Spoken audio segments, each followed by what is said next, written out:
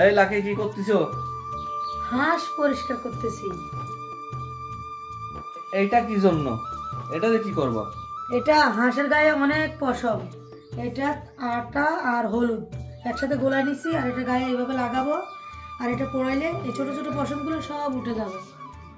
বা দারুণ টেকনিক তো। এটা দারুণ টেকনিক, এভাবে করে হাঁস পরিষ্কার করলে অনেক সুন্দর হয়। তাহলে লাকি হাঁসের সাথে হাত ঝাড়া পিঠা বানাও, তাহলে খাইতে মজা হবে। খাইতে তো মজা হবে, আমার ছোট বোন বলে কথা, তোমার জন্য চীনা হাঁস পাঠাইছে দুলাভাইয়ের জন্য।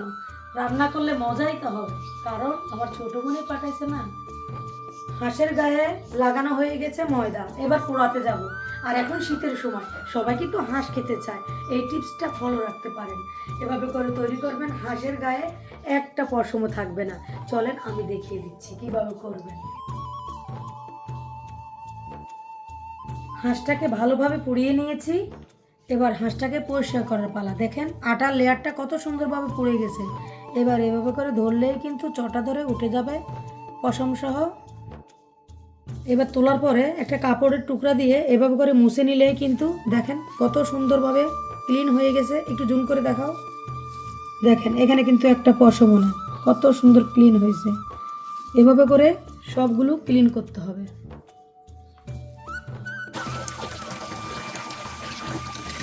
হাঁস পরিষ্কার করার সম্পূর্ণ টিপস থাকছে এই ভিডিওতে। বিসমিল্লাহির রহমানির রহিম। আসসালামু আলাইকুম, সবাই কেমন আছেন? আশা করছি সবাই অনেক বেশি ভালো আছেন। আজকের রান্নাটা একেবারে সিম্পল, আরেকটি প্রসেস দেখিয়ে দেব। এটা করলে হাঁসের মাংসের কালারটা কালো দেখা যাবে না, অনেক সুন্দর লাগবে। সেটা আমি দেব, ভিডিওর মাধ্যমে দেখিয়ে দেব। বন্ধুরা, আমি চট্টগ্রাম থেকে, আপনারা কোন জেলা থেকে কমেন্ট করতে ভুলবেন না, যেন ধন্যবাদটুকু দিতে পারি। হাঁস তো বাঙালির অনেক ফেভারিট একটি খাবার। শীত আসলে হাঁসের মাংস খায় না এমন মানুষ খুঁজে পাওয়া যাবে না। কিন্তু হাঁসের পশমগুলো পরিষ্কার করা খুবই কষ্টকর, সেজন্য যতই পছন্দের হোক তারপরেও কিন্তু খেতে চায় না। আমার এই ভিডিওর মাধ্যমে দেখিয়ে দিলাম কিভাবে হাঁসের পশমগুলো পরিষ্কার করবে। আশা করছি ভিডিও আপনাদের কাছে অনেক বেশি ভালো লেগেছে। ভিডিওটা সবার মাঝে শেয়ার করে দিবেন।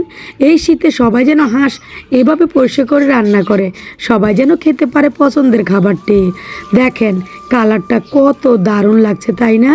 হলুদ দিয়ে কিন্তু এভাবে করে একটু পুড়িয়ে নিলে এই কালারটা কালো হয় না। আরও একটি কাজ আছে, সেটা কিন্তু দেখিয়ে দেবো আপনাদেরকে।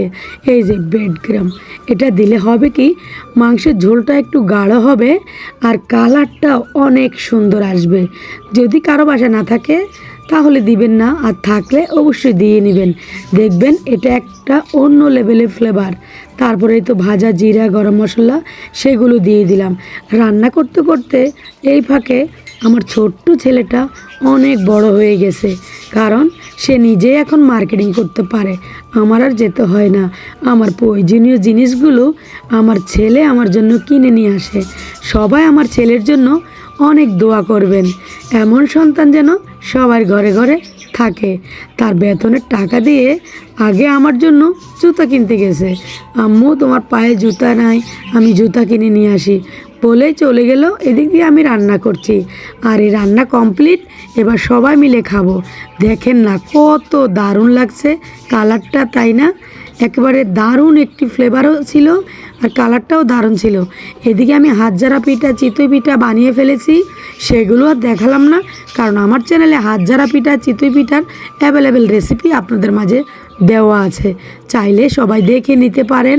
এই তো দেখেন আমার জন্য যেই জুতা জুড়ো নিয়ে এসেছে সেটা কত সুন্দর হয়েছে, কমেন্টে বলতে কিন্তু ভুলবেন না। দারুণ, তাই না?